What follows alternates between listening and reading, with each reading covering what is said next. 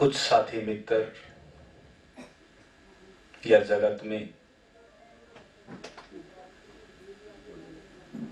समझ लेते हैं कि विचार मैं हूं या मन में हूं,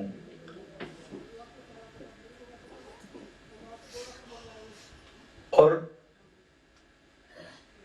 कुछ बुद्धि से संबंध रखते हैं, जो आजकल कहते हैं कि जिसका IQ बहुत ज्यादा होता है वो इंटेलिजेंट होता है। और इन्हीं आधार पे हम अपने जीवन को जीते हैं और अपनी योग्यता के अनुसार हम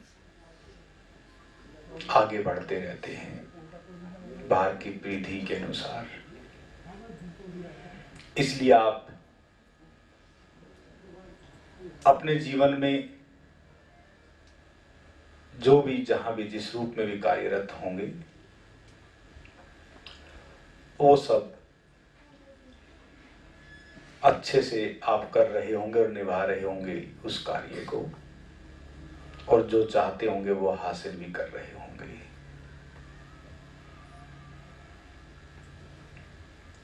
इसलिए बुद्धि से भी संबंध हमारा मैं से जुड़ जाता है। यानी कि देखा जाए तो फिर और हमें समझाया जाता है, और पढ़ने को मिलता है, सुनने को मिलता है। कहते कि आत्मा भी मैं हूं, मैं आत्मा हूं। फिर और थोड़ा आगे बढ़ते हैं,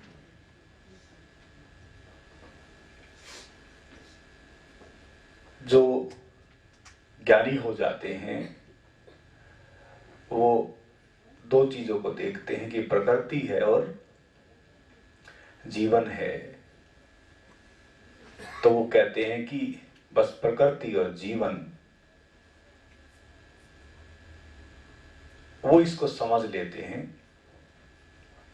और कहते हैं कि दो ही चीज हैं और कुछ नहीं है। और वो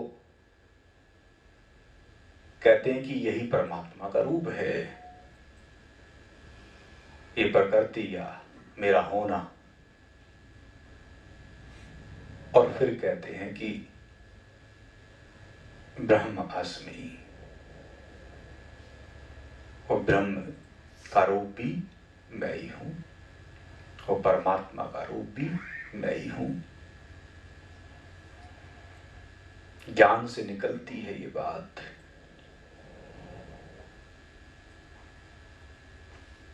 लेकिन यहां थोड़ी सी चीज अधूरी रह जाती है।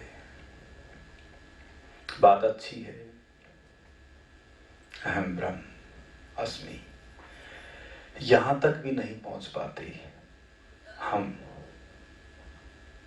जो कि बड़ी साफ साफ सी बात है। इसलिए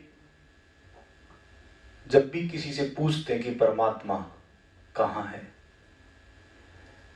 तो अब तो सीधा जवाब मिलता है कि परमात्मा मेरे भीतर है। किसी से ही पूछेंगे तो कहेंगे कि मेरे भीतर है। आत्मा कहां है? मेरे भीतर है।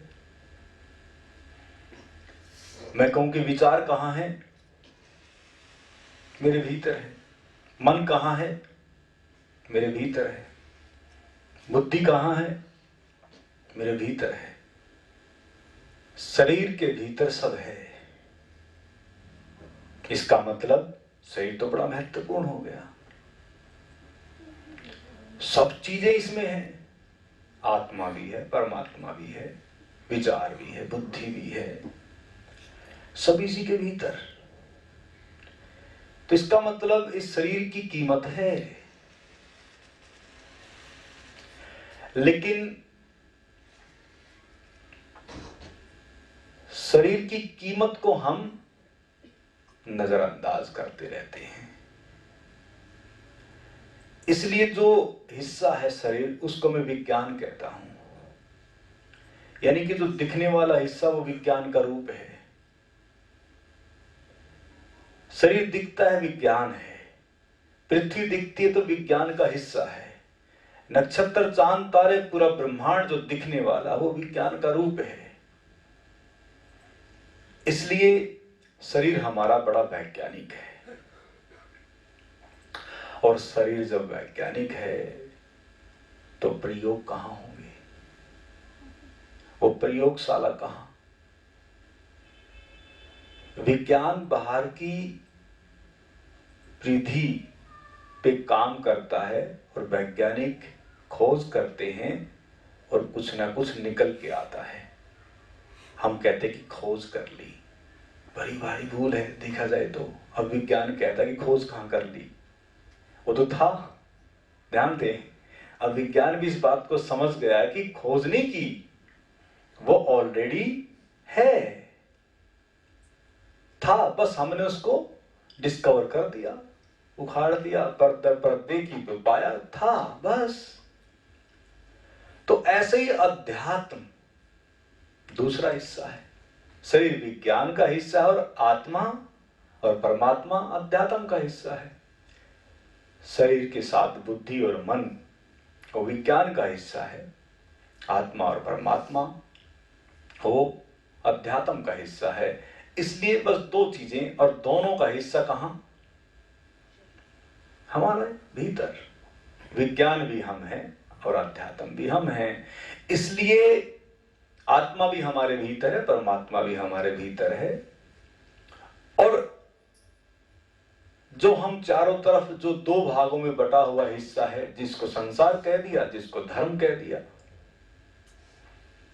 जिसको प्रकृति कह दी, जिसको जीवन कह दिया, ये दो हिस्से बटे हुए लगते हैं जो कि दो नहीं हैं। इसलिए जन्म और मृत्यु के हिस्से को जीवन कह दिया और बोला कि उसके बाद समाप्त क्या समाप्त होता है? आप सबको पता है कि नहीं मिटता। यानी कि मेरा कुछ हिस्सा ऐसा जो नहीं मिटता। इसलिए मैंने पहले सप्ताह में कहा था कि ना शरीर मिटता है, ना मन मिटता है, ना आत्मा मिटती है, ना परमात्मा मिटता है। इसका मतलब जगत का भी महत्व है, पृथ्वी का भी महत्व है, जगत का भी महत्व है, सूर्य का भी महत्व है, और हमारे भीतर जिसके कारण ये सब है उसका भी महत्व है। बहुत सारी भ्रांतियां हैं, लेकिन एक छोटी सी भ्रांति मैं थोड़ी सी दूर करना चाहूंगा। जब भी कभी इस तरह की यात्रा पे हम चलते हैं तो अध्यात्म की यात्रा में संसार कहते हैं कि बाधा आती है। और संसार का मतलब सीधा सीधा है कि परिवार और गृहस्थ जीवन में साधना या इस तरह की उपलब्धता संभव नहीं है, क्योंकि बहुत समय से ये खाई है। और ये इस कदर खाई बन गई है कि हम शायद ही विचार कर पाते हों कि क्या हम उस भगवत्ता, उस ब्रह्म अस्मि, उस ब्रह्म का अनुभव अपने भीतर कर सके। इसलिए इतनी खाई पैदा हो गई, कहते हैं कि नहीं, ये संभव नहीं है। और हम तो कर ही नहीं सकते, क्योंकि हम सांसारिक, हम पारिवारिक हैं, हम गृहस्थ में हैं, हमारे जीवन में तो ये संभव नहीं है। और कमाल है, ये खाई भी कैसे पैदा हुई? केवल 1% लोगों ने खाई पैदा कर दी। थोड़े गहरे में जाएं, मैं 1% लोगों की बात कर रहा हूं, और 1% का संबंध और मतलब समझें। वो 1% भी नहीं आएगा। वो 1% का जो संबंध है, 99% जो पूरे जगत में है, उनके भीतर एक ऐसी चित्त की वृत्ति में भीतर एक ऐसी खाई पैदा हो गई है कि परमात्मा को उपलब्ध आप संसार में रहते रहते, विज्ञान में रहते रहते, चकाचौंध में रहते रहते, कार्य और कर्म करते करते और गृहस्थ और परिवार में रहते रहते ये चीजें संभव नहीं हो सकती। और कमाल है, जिन्होंने ये खाई पैदा की वो उसी परिवार में जन्मते हैं। बगैर परिवार के तो कोई नहीं जन्मता। बस वो अलग हो गए, और उन्होंने ही ये बीज बो दिया और हम संसार को अलग समझ बैठे और अध्यात्म को अलग समझ बैठे और धर्म को अलग समझ बैठे, विज्ञान को अलग समझ बैठे और ये खाई ऐसी पैदा हो गई। लाख कोशिश और हजारों कोशिश हजारों सालों से चल रही है, ये खाई नहीं मिटी। ये ना समझे कि मैं यहां कोशिश करूंगा भी तो भी आप समझें कि हो सकता है कि मिट जाएगी। मुझे पता है कि आपकी जड़ों में ये इस कदर बैठ चुका है कि ये खाई नहीं मिटती। लाख कोशिश की मिटाने की, जो भी बुद्ध पुरुष रहे, खूब समझाया कि कोई ऐसा नहीं है कि आप गृहस्थ और घर में परिवार में रहते रहते नहीं पा सकते। और कमाल है, अगर थोड़ा सा जहन में जाएं, थोड़ी सी गहराई में जाएं तो आप पाएंगे कि जो हम जिनको उच्च स्थान पे रखते हैं, जो तीन शक्तियों को जो उच्च स्थान पे रखते हैं, जो कि उन तीन शक्तियों का संबंध अगर आज देखें तो कुछ और है, लेकिन उस समय उसी से संबंध था, लेकिन उसका नाम पड़ गया, जिसको हम ब्रह्मा विष्णु महेश कहते हैं। वो तीनों शक्तियों का जो रूप है, वो किन तीन शक्तियों के साथ बैठे हैं? किन तीन शक्तियों के साथ बैठे हैं भाई? ब्रह्मा किसके साथ हैं? विष्णु किसके साथ हैं? शंकर किसके साथ हैं? क्या उनके बाल बच्चे भी दिखाते हैं? आपको पता होगा, यानी कि उनके भी बच्चे हैं। ये ना समझें कि वो दूसरे ढंग से प्रेजेंट किया गया है, वो ढंग नहीं। जैसे हम और आप हैं, लेकिन इस चीज को स्वीकार कैसे करेंगे? संभव नहीं है सब चीजें। इसलिए जो उच्च स्थान पर जो विराजमान है वो गृहस्थ में है। और सबसे महत्वपूर्ण बात, नीचे आप आ जाएं, फिर राम को देख लें, भगवान श्री कृष्ण को देख लें, कबीर को देख लें, नानक को देख लें, और जहां से थोड़ा बहुत हमें महसूस हुआ कि वहां से ये खाई बनी है, जो कि ऐसा नहीं था। भगवान महात्मा बुद्ध अगर 7-8 साल के लिए अगर गए कहीं बाहर इस साधना के लिए, लेकिन जैसे ही उपलब्धता हुई तो वो वापस गए। उस वापस का नहीं पता किसी को कि वो वापस गए, यशोधरा से मिले, और यशोधरा उनके विहार में रही। उनका पुत्र जो राहुल था वो भी उनके विहार में रहा। इसलिए पलायन की तो बात याद रही, लेकिन जब वो घटना घटी उसके बाद वो वहां गए, वो भी ग्रस्त में थे। भगवान महावीर को देख ले, वो भी ग्रस्त में थे।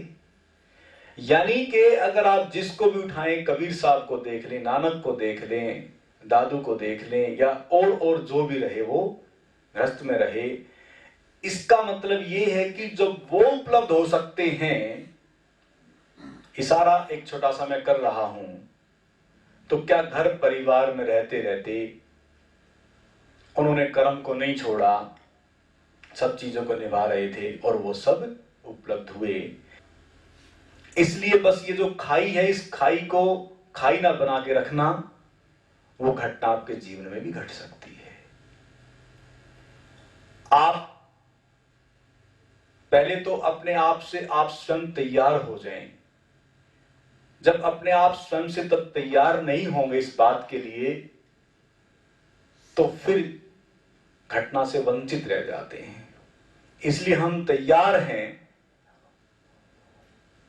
उसकी कृपा के लिए, हम तैयार हैं उसके आशीर्वाद के लिए, हम तैयार हैं अपने स्वयं से मिलने के लिए, हम तैयार हैं उसको जान लें कि मैं कौन हूं। इसलिए उसी का रूप शरीर है, उसी का रूप मन है, उसी का रूप विचार है, उसी की अभिव्यक्ति से ये शरीर है, उसी की अभिव्यक्ति से ये पूरी सृष्टि है, उसी की अभिव्यक्ति से पूरा का पूरा जगत है, पूरा विश्व है। उसी की अभिव्यक्ति से हम खिल रहे हैं, हमारा जन्म हो रहा है, उसी की अभिव्यक्ति से एक फूल खिल रहा है। इसका मतलब कि वो सब में है, बस लेकिन किस रूप में है ये तो हम सुनते आए हैं और ये तो मैं भी कह रहा हूं कि सब में है, लेकिन किस रूप में है उसका अनुभव। इसलिए इशारे खूब मिलते हैं, उदाहरण खूब मिलते हैं। एक छोटा सा उदाहरण जो आप सुनते आए हैं वो सहज है कि कहते हैं कि गुड़ के बारे में खूब बखान किया जाए, ऐसा है, ऐसा है, ऐसा है, ऐसा है, ऐसा है, खूब बताया जाए। क्या होगा? क्या आपको उसके स्वाद का पता लग जाएगा? और थोड़ा सा सहज सी एक प्रक्रिया है कि कोई कहे कि अरे छोड़ो ये सारी बातें, आप एक काम करो, ये लो, ये है गुड़। गुड़ भी ना कहे लेकिन देख लो बस। और जैसे आप लोगे, जैसे चखोगे तो क्या लगेगा उसका पता लग जाएगा। तो ये एक ऐसा है कि क्योंकि आपके अनुभव में आ गई बात बस कि हां मीठा है। ये अनुभव आपके जीवन में इतना सा है कि जैसे ही वो घटना घटती है, तो जैसे ही वो अनुभव में आती है बात, तो फिर कह सकते हैं कि हां वो भीतर है। फिर भीतर भीतर नहीं ध्यान देना, फिर आपके भीतर से आएगी बात कि ये बाहर भी है। फिर आपके भीतर से बाहर बाहर की बात नहीं, फिर आपके भीतर से आएगी कि हर चीज उसी का हिस्सा है। और फिर तब आएगी बात कि यही मैं हूं, यही मेरा रूप है, यही मेरा स्वरूप है। तब पाते हैं कि मेरे भीतर वही है। और तब हम जो खंड खंड में बटे थे, भागों में जो बटे थे, तब भीतर से अखंडता का अनुभव होता है। और तब पाते हैं कि मैं यहां बैठा हूं और आज अगर सूर्य नहीं निकला है तो थोड़ी सी कठिनाई हो रही है ना? कहां सूर्य और कहां हम, और आज कठिनाई हो रही है क्योंकि सूर्य नहीं निकला। कहां से जुड़े हैं, कमाल है। वो दूरी, जो दूरी है, जो कि दूरी नहीं है लेकिन लगती है कि दूरी है, और हम उसी से जुड़े बैठे हैं। अगर ये थोड़े दिन ना निकले और मैंने कहूं कि उसकी आंच थोड़ी सी धीमी हो जाए तो क्या होगा? तो हम ऐसे जुड़े हैं इस पूरे ब्रह्मांड से। बस एक छोटा सा इशारा किया है मैंने।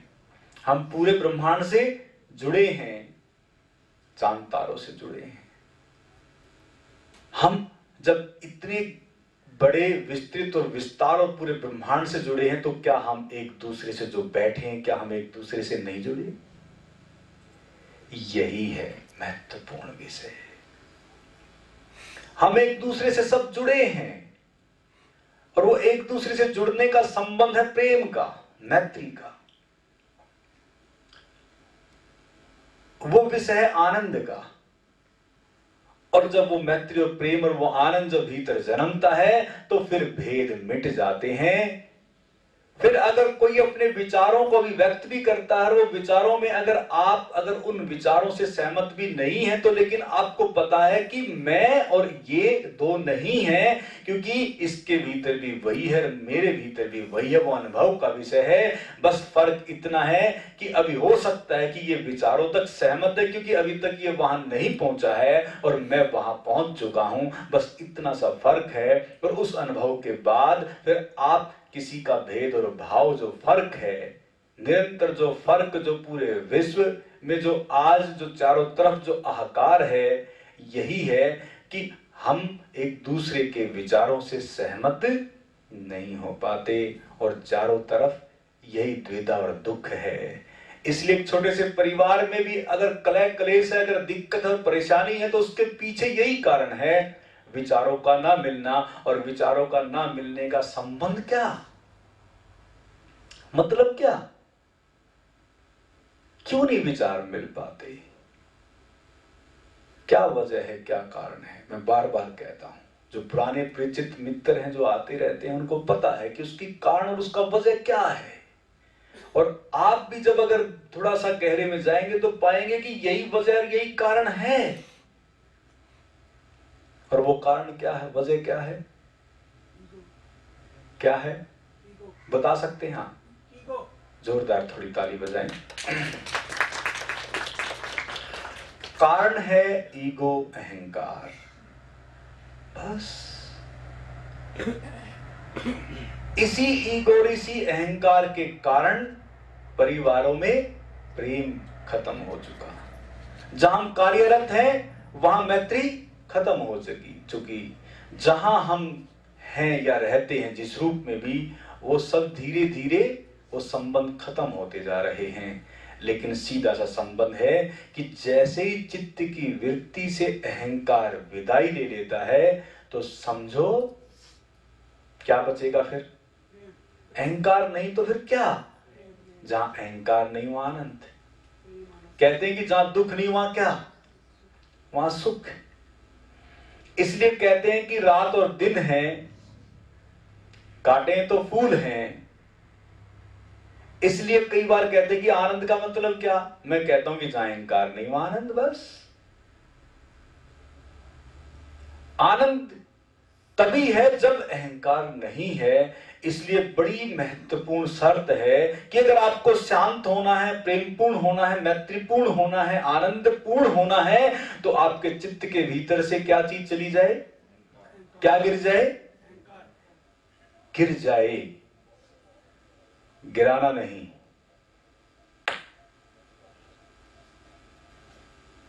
यानी कि गिर जाए।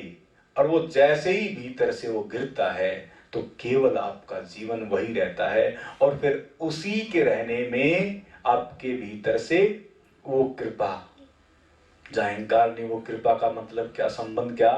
कि जो मैं अभी इशारा कर रहा था पहले 70 में, कि जैसे ही अहंकार गिरता है तो क्योंकि अहंकार ने संजो के रखी है क्या क्या चीजें, शरीर से भी वो जुड़ा है, मन से भी जुड़ा है, विचारों से भी जुड़ा है, और वो उन्हीं से जुड़े हुए रहते हुए जैसे ही वो छूटता है तो लगता है कि शरीर गया, लगता है कि जो धन इकट्ठा किया था वो गया, लगता है कि जिस पद पे मैं आसीन था वो गया, क्योंकि अब तो सब जा रहा है, अब तो सब गिर रहा है। और जैसे ही जो वो गिरता हुआ नजर आएगा तो आप भयभीत होंगे, डर जाएंगे, और उस डर के कारण, भय के कारण आपके जीवन में वो घटित घटना हो रही थी, आप फिर वंचित रह गए। बहुत महत्वपूर्ण इशारा कर रहा हूं अब मैं इस ध्यान का। ये ध्यान का ही संबंध है। अगर थोड़ी बहुत सुस्ती है तो एक बार बिल्कुल अलर्ट हो जाएं, जोरदार तालियां, बिल्कुल एक्टिव हो जाएं।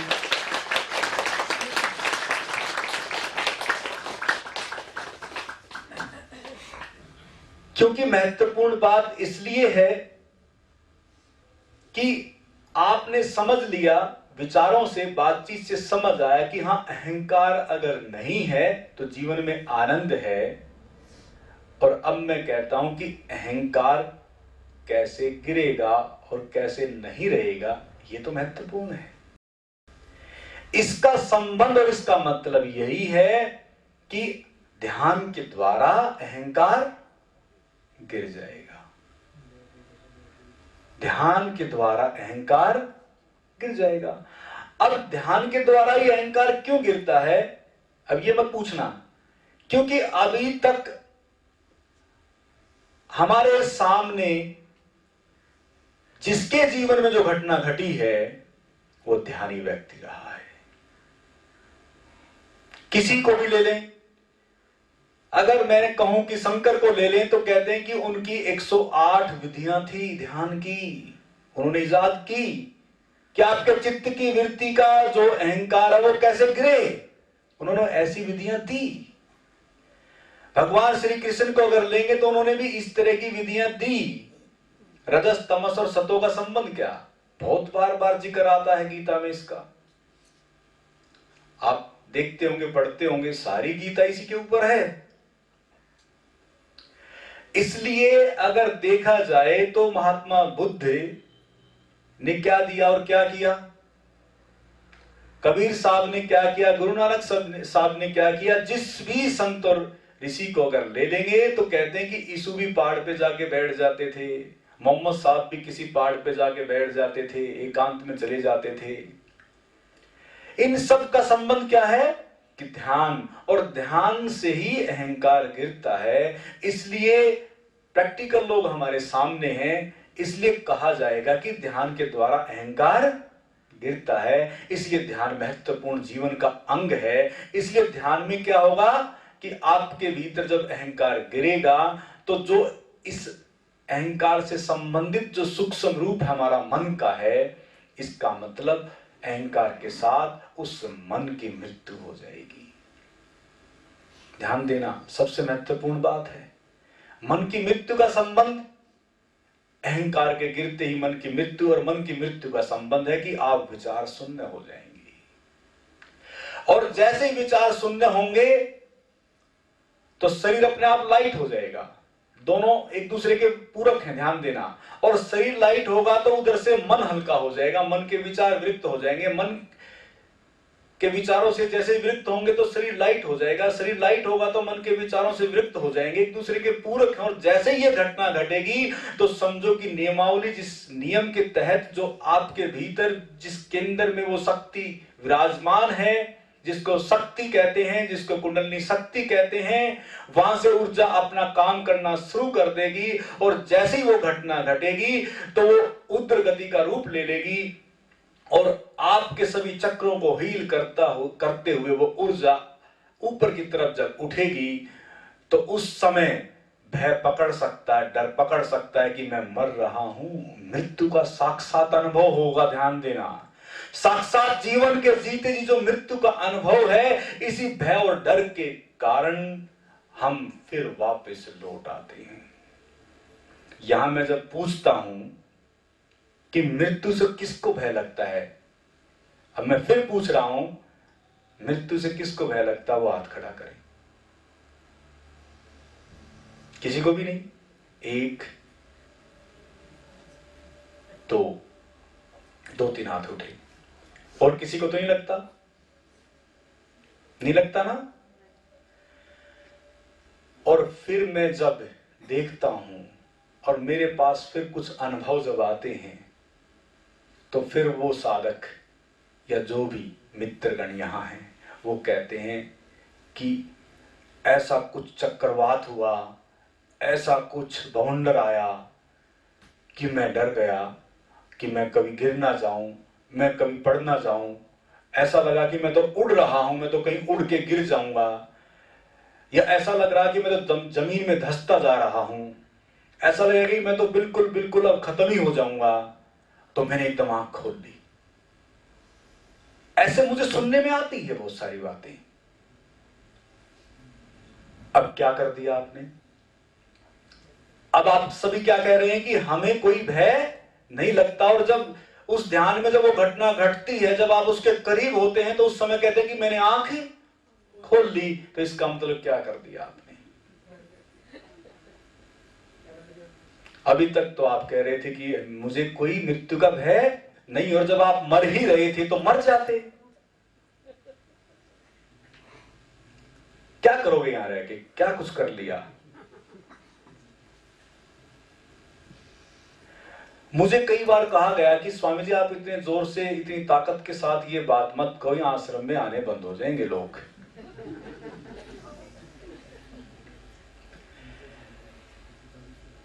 मैंने कहा कि भाई जो सत्य है वो तो प्रकट करना पड़ेगा।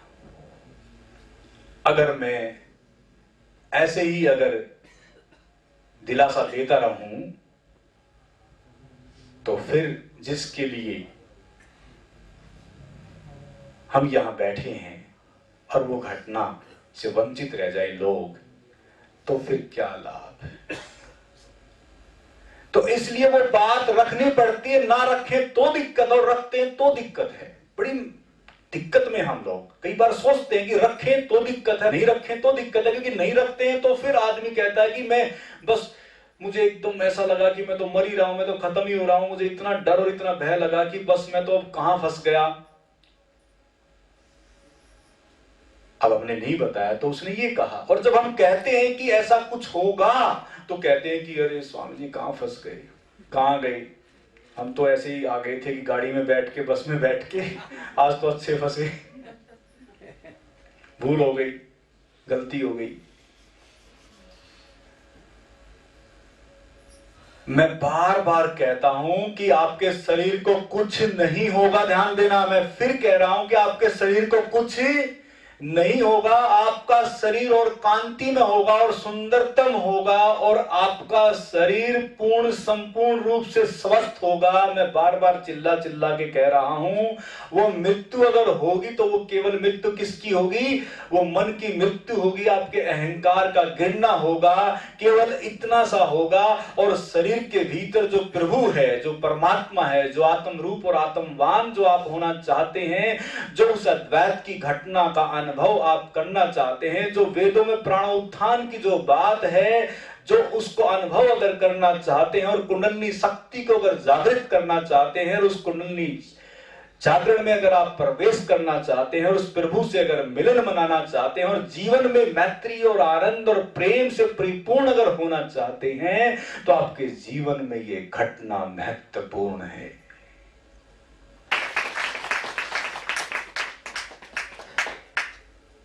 मैं आप लोगों को हल्का फुल्का भी कर रहा हूं कि गंभीर न रहें, और मैं कहता हूं कि ये कोई गंभीरता का विषय नहीं है।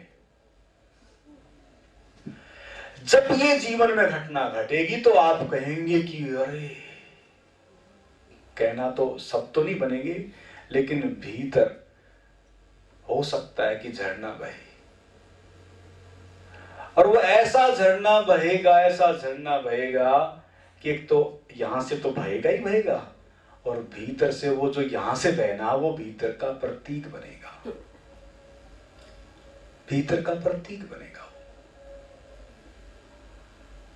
वो अनुभव, और वो यहां से निकलेगा। हो सकता है कि वो रोना ऐसे फूट फूट के आप रोते रहें, रोते रहें, रोते रहें कि इतने बड़े प्रगाढ़ आनंद से मैं वंचित रहा, और वो आनंद कहीं और नहीं था। वो आनंद मेरे भीतर था, बस जरा सी झिल्ली थी, यानी कि जरा सा पर्दा, केवल जरा सा पर्दा। पर्दा भी कहने में आता है, जरा सा पर्दा। पर्दा भी क्या, कितना सा पर्दा कि जब भी हम अभी तक अगर जीवन में किसी भी रूप से अगर अपने जीवन में दुख अगर पाते हैं, तो उसके पीछे केवल एक ही वजह है, वो है हमारा अहंकार। आप सबको पता है, और कहते कि नहीं, ये तो संभव नहीं होगा। मैं कहता हूं कि इसको रख के आपने क्या कर लिया? इससे हो क्या जाएगा? स्वर्ग आपके करीब है, लेकिन आप नरक में रहना चाहते हैं, और नरक और कुछ नहीं है। बहुत सारी धारणाएं हैं स्वर्ग और नरक की, इसलिए अहंकार में रहना नरक है और अहंकार का छूटना स्वर्ग है, बस। इसलिए इस ध्यान में मैं आप सबसे चाहूंगा कि जो नहीं भी करने में सक्षम है वो भी करें। अगर वो खड़े होने में सक्षम नहीं है तो बैठ के करें, करें जरूर। और हो सकता है कि वो घटना घट जाए और भयभीत होने की आवश्यकता नहीं है। अब मैं यहां इशारा कर रहा हूं कि हम मौजूद हैं, आज तक तो अभी तक कुछ हुआ नहीं है, किसी की कोई मृत्यु नहीं हुई है और कोई नहीं मरेगा, इसकी गारंटी मैं लेता हूं। ठीक है, आप कहेंगे कि इसका मतलब तो गारंटी मिल गई, ठीक है, ये तो बहुत अच्छा है। ये क्यों देनी पड़ रही है ध्यान देना? क्योंकि कहते हैं कि गुरु जो होता है वो मित्र भी होता है, और सबसे महत्वपूर्ण गुरु कौन होता है कि वो ये ना समझना कि वो कोई जादू की छड़ी है, वो कहेगा कि ले चल हो गया तेरा काम। वो केवल विटनेस है, केवल गवाह है, साक्षी है। और वो केवल साक्षी का मतलब और संबंध कितना सा है कि आप हैं बैठे और वो आपका गवाह है कि हां,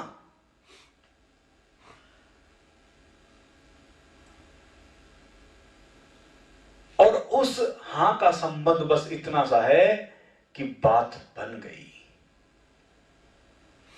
इसलिए करना खुद है, घटना स्वयं में घटेगी। और वो जब घटना घटती है तो कृतज्ञता का भाव फूटता है। और जो दो तलों पे, जो ज्ञान के आधार पे जो ज्ञानी अपने आप को अहम ब्रह्म अस्मि कह रहे थे, वो वहां जाके जो सूक्ष्म रूप से वहां भी अहंकार आ गया, वो वहां से झिल्ली टूट जाती है।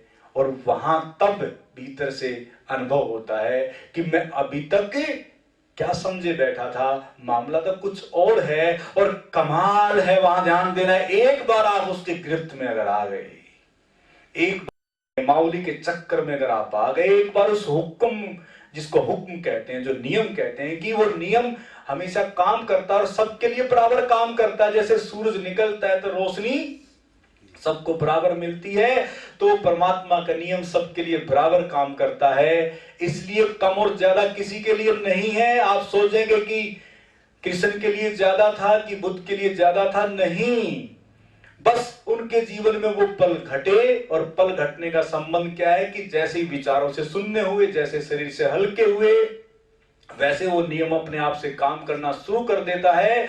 और वो वैक्यूम, आपको वैक्यूम का मतलब क्या है कि वैक्यूम अपनी तरफ खींचता है ना। वैक्यूम का तो यही मतलब है कि वो अपनी तरफ खींचता है। और खींचने का मतलब क्या है कि एक तो पृथ्वी का गुरुत्वाकर्षण है, जो पृथ्वी अपनी तरफ आपको खींचे हुए है, ये तो पृथ्वी का गुरुत्वाकर्षण है। और एक परम नियम है जो परमात्मा का नियम है। इसलिए परमात्मा का नियम क्या है कि वो ऊर्ध्व गति का रूप है, वो आपको ऊपर की तरफ खींचता है, बस। यानी कि ऊपर की तरफ नहीं कि आपको यहां से उड़ा के ले जाएगा कहीं।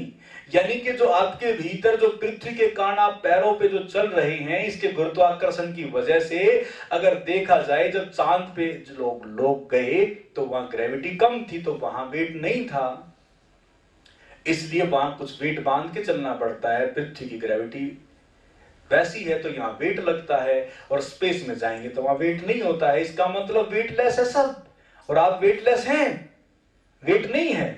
वो पृथ्वी के गुरुत्वाकर्षण की वजह से वेट लगता है, लेकिन ध्यान में क्या होगा कि आपके शरीर का वेट खत्म हो जाएगा।